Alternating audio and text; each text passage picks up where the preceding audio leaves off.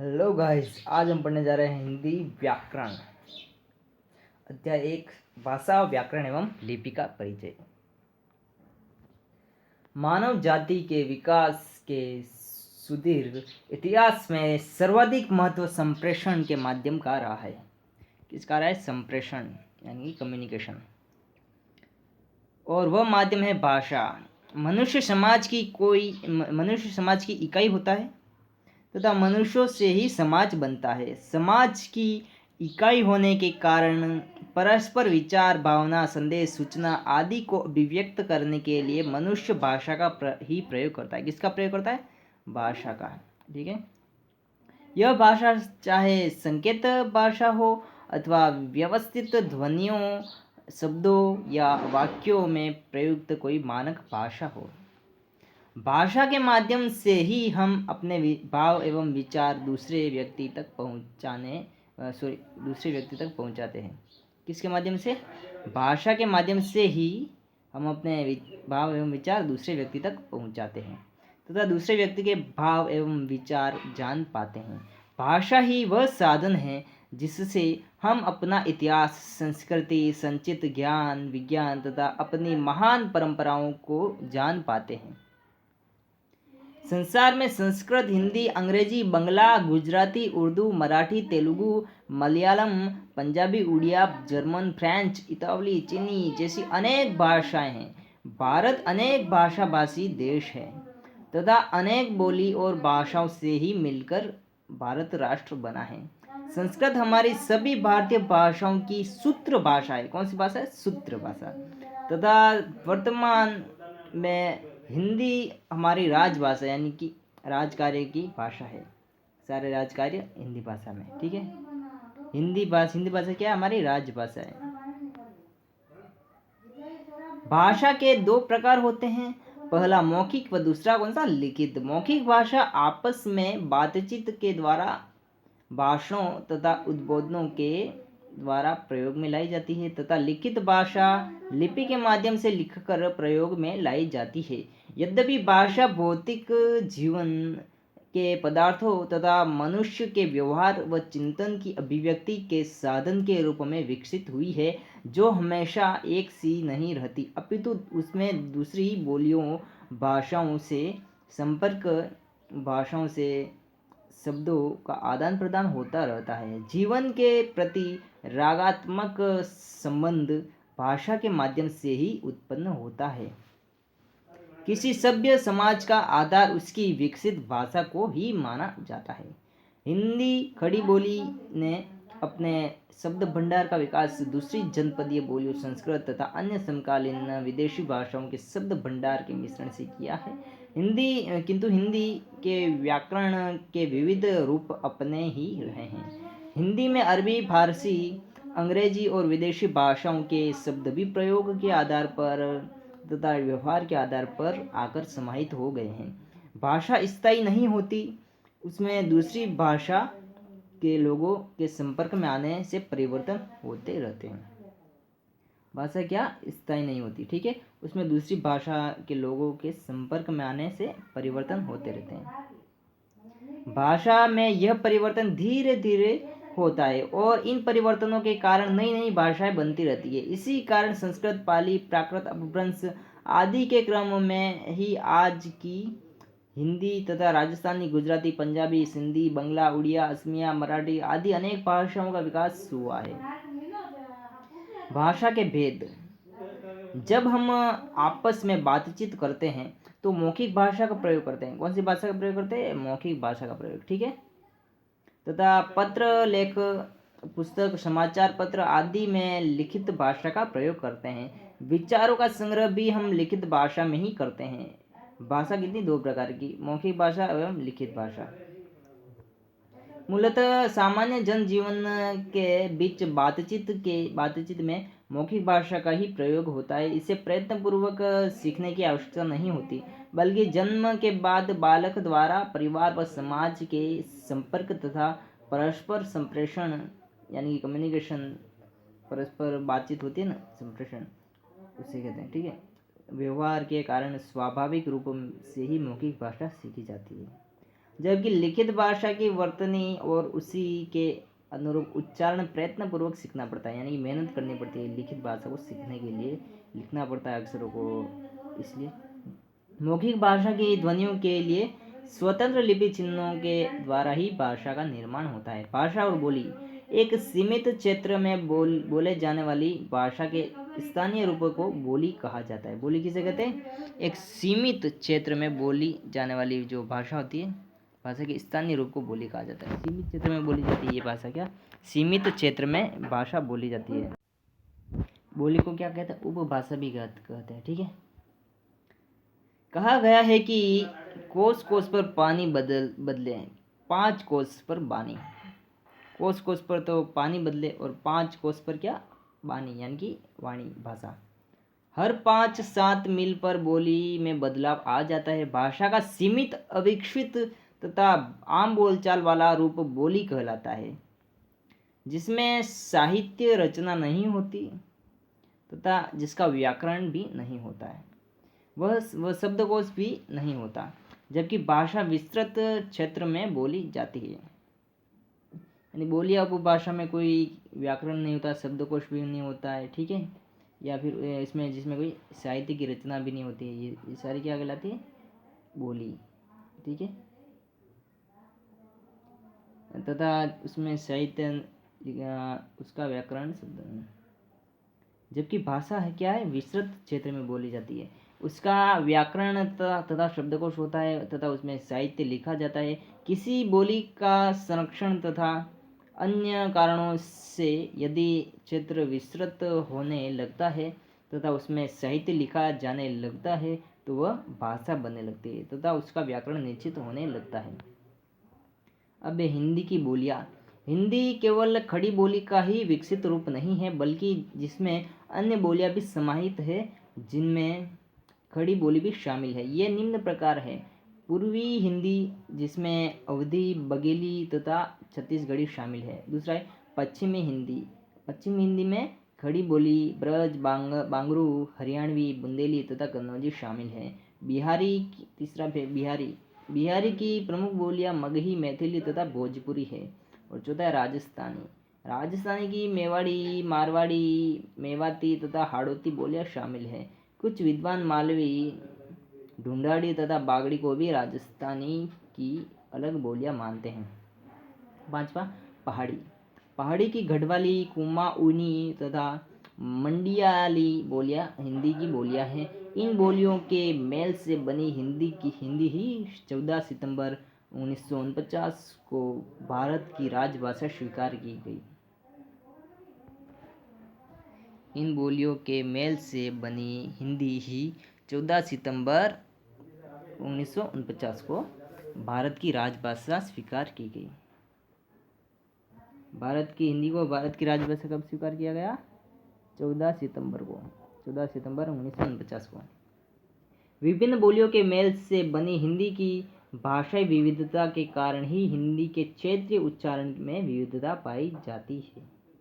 हिंदी भाषा और व्याकरण। हिंदी व्याकरण हिंदी भाषा को शुद्ध रूप से लिखने और बोलने संबंधी नियमों की जानकारी देने वाला शास्त्र है।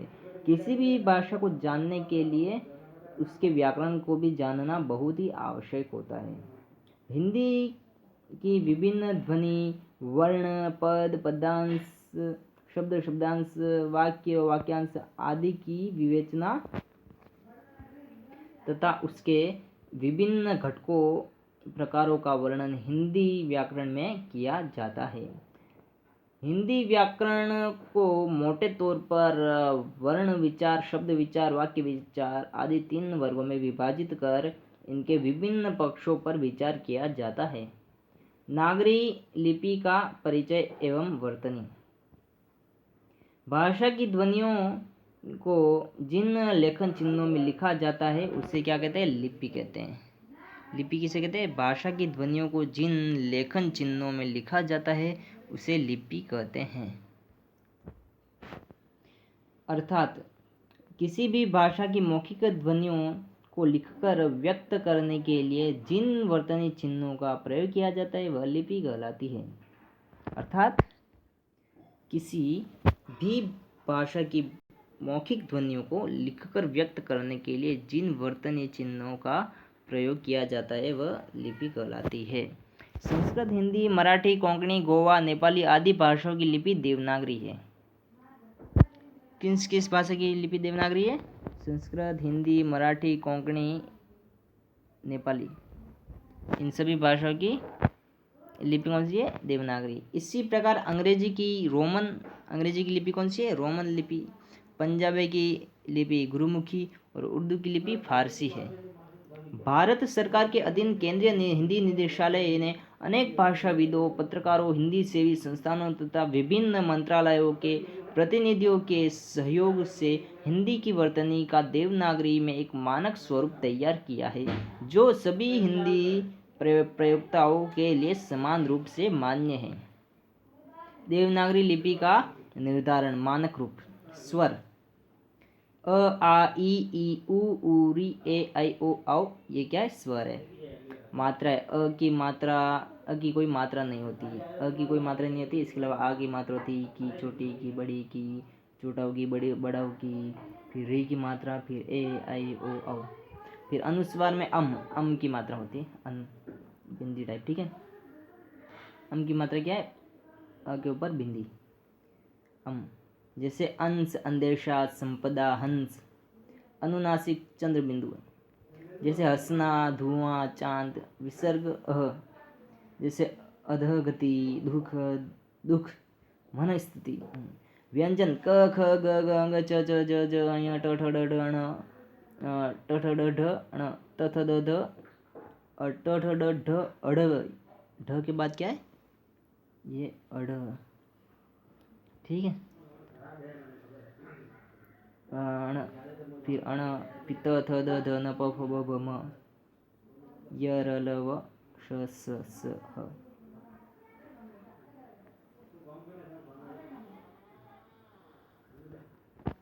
ड के बाद ये अढ़ बोलते। क्या बोलते? अढ़। इसको क्या बोलते? अढ़, अढ़, ठीक है। ये क्या? ड, ये ढ। अब है संयुक्त व्यंजन। अक्षत्र य स्र। हल चिन्ह जैसे प्रहलाद, पट्टा, अफनान। ग्रहित स्वर आ, ओ। ग्रहित स्वर ओ, क, ख, घ, झ, फ। इसके पास में क्या है? बिंदी। अंग्रेजी भाषा से ग्रहित ध्वनि जैसे कि डॉक्टर, कॉटेज, कॉलेज। फारसी से ग्रहित ध्वनियाँ जैसे गरीब, गजल, फन, कौम। पुनः याद रखने योग्य। हम अपनी बात एक दूसरे को भाषा के माध्यम से ही कहते हैं। किसके माध्यम से? भाषा के माध्यम से। भाषा के दो रूप होते हैं, मौखिक और लिखित। मौखिक भाषा को लिखने के लिए जिन लेखन चिन्हों का प्रयोग किया जाता है उसे लिपि कहते हैं। भाषा के सीमित क्षेत्र में बोले जाने वाले स्थानीय रूप को बोली या उपभाषा कहते हैं। हिंदी की 18 से 22 बोलियां 5 वर्गों में विभाजित की गई है। पश्चिमी हिंदी, पूर्वी हिंदी, राजस्थानी, बिहारी तथा पहाड़ी। भाषा को शुद्ध लिखने व बोलने संबंधी जानकारी देने वाले शास्त्र को क्या कहते हैं? व्याकरण। हिंदी भाषा की लिपि देवनागरी है, ठीक है। अब है अभ्यास प्रश्न। निम्नलिखित में से राजस्थानी की बोली नहीं है। राजस्थानी की बोली कौन सी नहीं है? मेवाड़ी है, मारवाड़ी भी है, अवधी नहीं है, मेवाती है। क्या हो जाएगा इसका आंसर? अवधी। सीमित क्षेत्र में बोली जाने वाली भाषा के स्थानीय रूप को क्या कहते हैं? उपभाषा, ठीक है, उपभाषा। निम्नलिखित में से किसकी लिपि देवनागरी नहीं है? नेपाली की है, हिंदी की भी है, संस्कृत की भी है, पंजाबी की नहीं है, ठीक है। से हो जाएगा आंसर। खड़ी बोली हिंदी के किस रूप से निकली है? किस रूप से निकली है? पश्चिमी हिंदी से निकली है, ठीक है।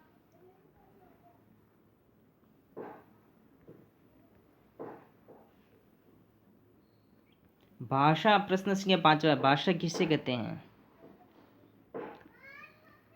भाषा समाज समाज की इकाई होने के कारण परस्पर विचार, भावना, संदेश, सूचना आदि को अभिव्यक्त करने के लिए मनुष्य किसका उपयोग करता है? भाषा का ही प्रयोग करता है। ठीक है, यानी कि एक हिसाब से बोला जाए तो भाषा किसे कहते हैं? विचारों का आदान प्रदान करने का जो माध्यम होता है उसे भाषा कहा जाता है। ठीक है, अब प्रश्न संख्या 6 है, भाषा के कौन से दो रूप होते हैं? एक तो है लिखित भाषा और एक है मौखिक भाषा, दो रूप होते हैं। ठीक है, और प्रश्न के साथ भाषा और बोली में क्या अंतर है? भाषा में क्या है कि साहित्य लिखा जाता है और बोली में साहित्य नहीं लिखा जाता। बोली सीमित क्षेत्र में बोली जाती है और भाषा बहुत बड़े क्षेत्र में बोली जाती है। ठीक है, हिंदी भाषा की विभिन्न बोलियों के नाम बताइए। हिंदी भाषा है जो इसकी विभिन्न बोलियां हैं तो इसके नाम बताने हैं। ये है हिंदी भाषा की विभिन्न बोलियां। ठीक है, पूर्वी हिंदी, पश्चिमी हिंदी, बिहारी, राजस्थानी और पहाड़ी। ठीक है, लिपि का क्या अर्थ है? हिंदी भाषा की लिपि बताइए। तो लिपि क्या होती है कि मौखिक भाषा को लिखने के लिए जिन लेखन चिन्हों का उपयोग किया जाता है उसे क्या कहते हैं? लिपि कहते हैं। मौखिक भाषा होती है, उसको लिखने के लिए जिन लेखन चिन्हों का प्रयोग किया जाता है उसे लिपि कहा जाता है। ठीक है, और हिंदी भाषा की लिपि कौन सी है? देवनागरी लिपि। ठीक है, अब प्रश्न संख्या 10वां, व्याकरण किसे कहते हैं? व्याकरण, ये रहा व्याकरण का। हिंदी व्याकरण हिंदी भाषा को शुद्ध रूप से लिखने और बोलने संबंधी नियमों की जानकारी देने वाला शास्त्र है। तो व्याकरण किसे कहते हैं? व्याकरण भाषा को शुद्ध लिखने व बोलने संबंधी जानकारी देने वाला शास्त्र क्या कहलाता है? व्याकरण। ठीक है, अब लास्ट प्रश्न है, व्याकरण के प्रमुख विभाग कौन कौन से हैं? हिंदी व्याकरण है जिसके अलग अलग विभाग है व्याकरण के।